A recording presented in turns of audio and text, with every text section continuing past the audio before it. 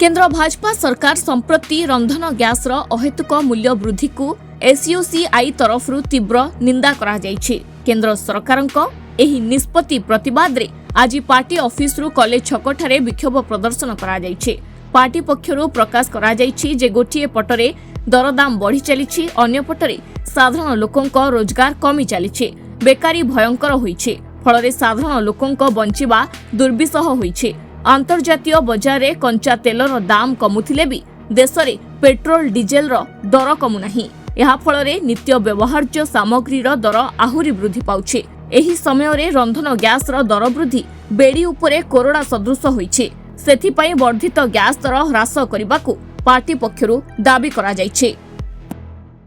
जोटा खाद्य मनीष बंचिब से रोसई घर उपर सरकार प्रथम आक्रमण होउछि। प्रतिटी जिनिस खाइबा तेल ठारू आरंभ करे गैस सबु किछि रो दर बढ़ुछि, जहा फल साधारण लोक नाही नथिबा असुविधार सम्मुखीन होउछि। एपटे रोजगार कमुछि, अन्य दिगरे प्रतिटी जिनिसर मूल्य वृद्धि सांगकू रोसई घर उपरे सरकार माड़। निश्चित भाव में जेतेबेले वर्तमान क्षमतासीन केंद्र राज्य सरकार डबल इंजिन एवं आच्छादन स्लोगान कही एवं साधारण लोकर विकास कथा कही सरकार क्षमता को आसीचंती एवं जो अंबानी आदानी शिल्पपति अर्थरे निर्वाचन बैतरणी पार होउचंती सेही मानक स्वार्थ रे दर वृद्धि घटाउचंती, जहा फल रे आज एलपीजी तापरे पेट्रोल डीजेल दर वृद्धि होबार संभावना मध्य सृष्टि। आपण माने जानती केंद्र रे नेतृत्वाधीन बीजेपी सरकार मोदी सरकार गत साधारण निर्वाचन समय जहाँ प्रतिश्रुति देइथिले साधारण लोक मानक स्वार्थ रे आमे आईन करिवु एवं दरदाम नियंत्रण करिवु, किंतु वास्तव में जहाँ आमे देखुचु साधारण निर्वाचन परे जो दिन निर्वाचन फलाफल बाहरला ता पर दिन समस्त नित्य प्रयोजन जिनपतर दरदाम बढ़िला एवं आज दरदाम एभली जगह पहुँची आकाश छुआई।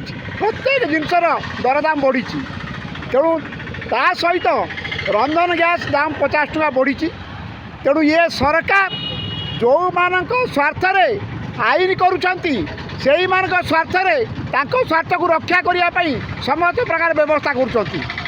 जो निर्वाचन समय अंबानी आदानी ठारू बड़ बड़ पुंजीपति शिल्पपति कॉर्पोरेट व्यवसायी मान पाखु बहु परिमाण अर्थ आनी निर्वाचन लड़ी निर्वाचन पर सेमानक स्वार्थ केमिति रक्षा हम तापाई आईन करछंती। बर्तमान जो तैल दाम बर्तमान जो गैस दाम बढ़िला माने आंतर्जातिक बजार रे बर्तमान कंचा तेल अशोधित तैल बर्तमान $65 रे पहुँची फसिकी जेतले सारा पृथ्वी रे अशोधित तेलर दाम कमी एवं विभिन्न देश रे पेट्रोल डीजेल जालेनी गैस रो दाम कमी सही समय आम भारतवर्षर सरकार जालेनी गैस 50 टका हठात बढ़ई। तेणु यही प्रकार जो जनसाधारण को उपरे जो आर्थिक आक्रमण सरकार एटा को आम विरोध करछु, आज आंदोलन करछु एवं आगामी दिन में आहुरी जनगण को संगठित करी आम आंदोलन करी बोली आज